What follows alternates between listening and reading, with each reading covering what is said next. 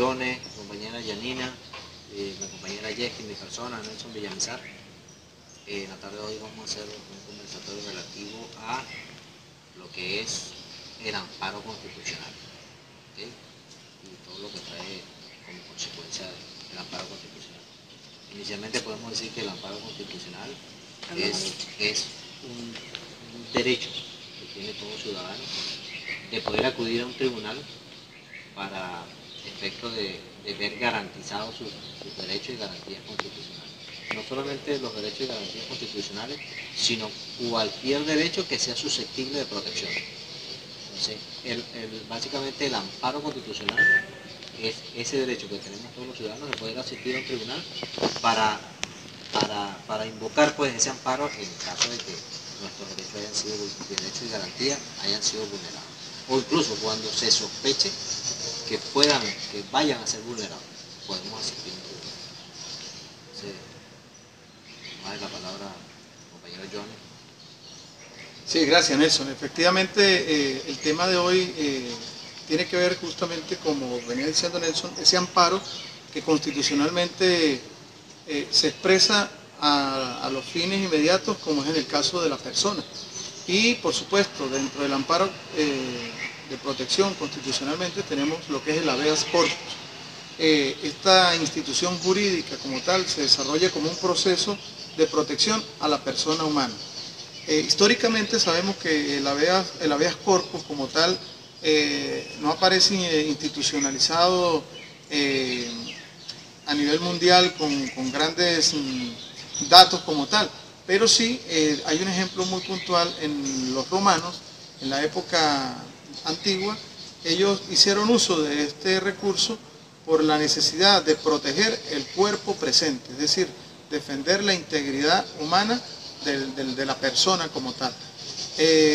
Por supuesto, el habeas corpus sigue evolucionando porque cada día pues los derechos y los principios de la persona y su dignidad pues debe salvaguardarse, y vemos allí un ejemplo muy puntual que en el siglo XIII los ingleses también hicieron énfasis en lo que es el uso del habeas corpus, porque justamente las autoridades necesitaban que se preservara, por decirlo así, la integridad de la persona, es decir, la libertad de la persona.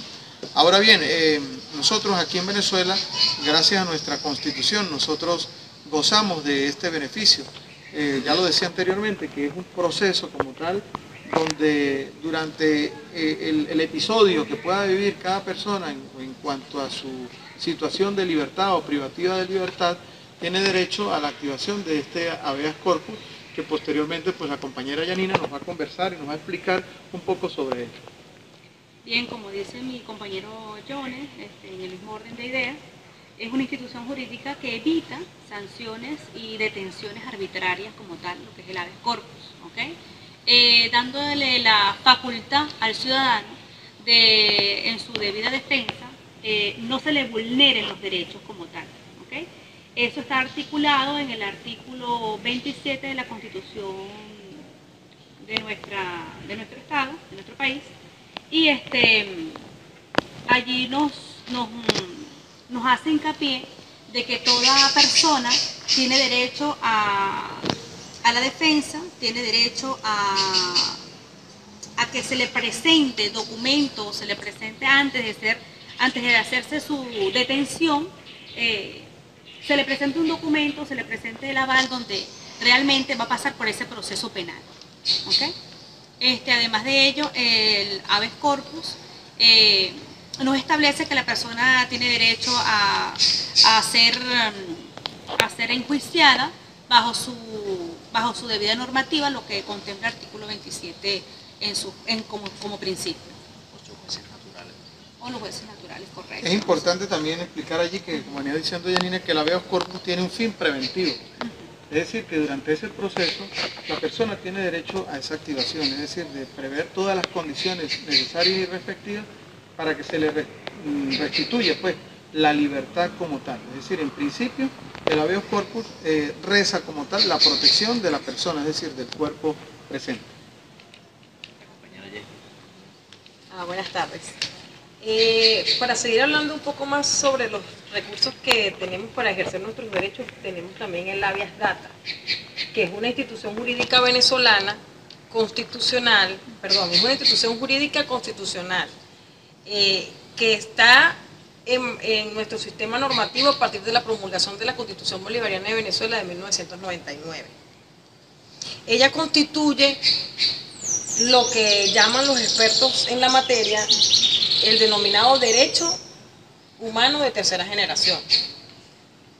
Es decir, se basa en la prevención de esos derechos humanos que van en el marco de todos los cambios tecnológicos que se han dado, pues, como también los avances de la informática.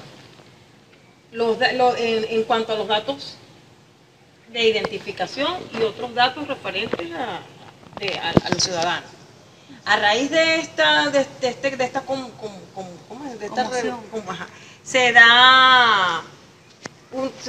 se busca una respuesta jurídica ante ese fenómeno relacionado con esta prevención y manejo de datos personales.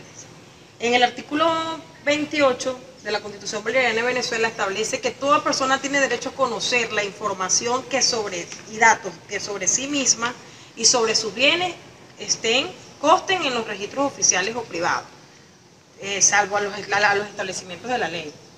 Tiene derecho también a conocer el uso y finalidad de esos datos.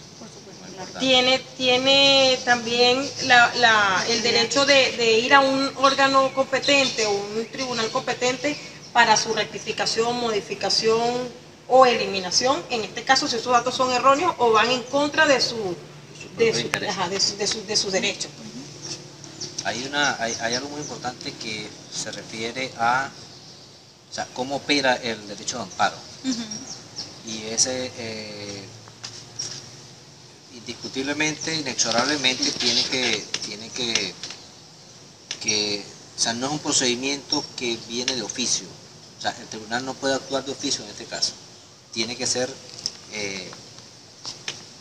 incoado, iniciado directamente por el agraviado. Claro, por la persona que ha sido agraviada. Que ha sido agraviada como tal. Bueno, hay algunos procedimientos que por lo menos el tribunal no tiene días de despacho. Todos los días para el tribunal son hábiles cuando se trata de habeas corpus.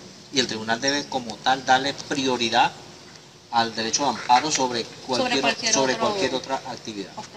Eso es muy incluso, Nelson, a colación de lo que tú vienes diciendo, eso está en correspondencia con el artículo 27 de la Constitución de la República Bolivariana que citaba Yanina.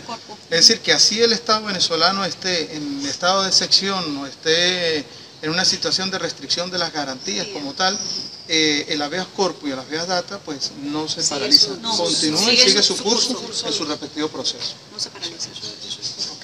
Pero también un ejemplo de habeas corpus con referente a cuando las personas son detenidas y no se presenta una orden de allanamiento o no son encontrados en fragancia. Sí, bueno, justamente en eso basa el habeas corpus, en el hecho de que ninguna persona puede ser detenida sino bajo una orden de un tribunal, o al menos que haya sido sorprendido.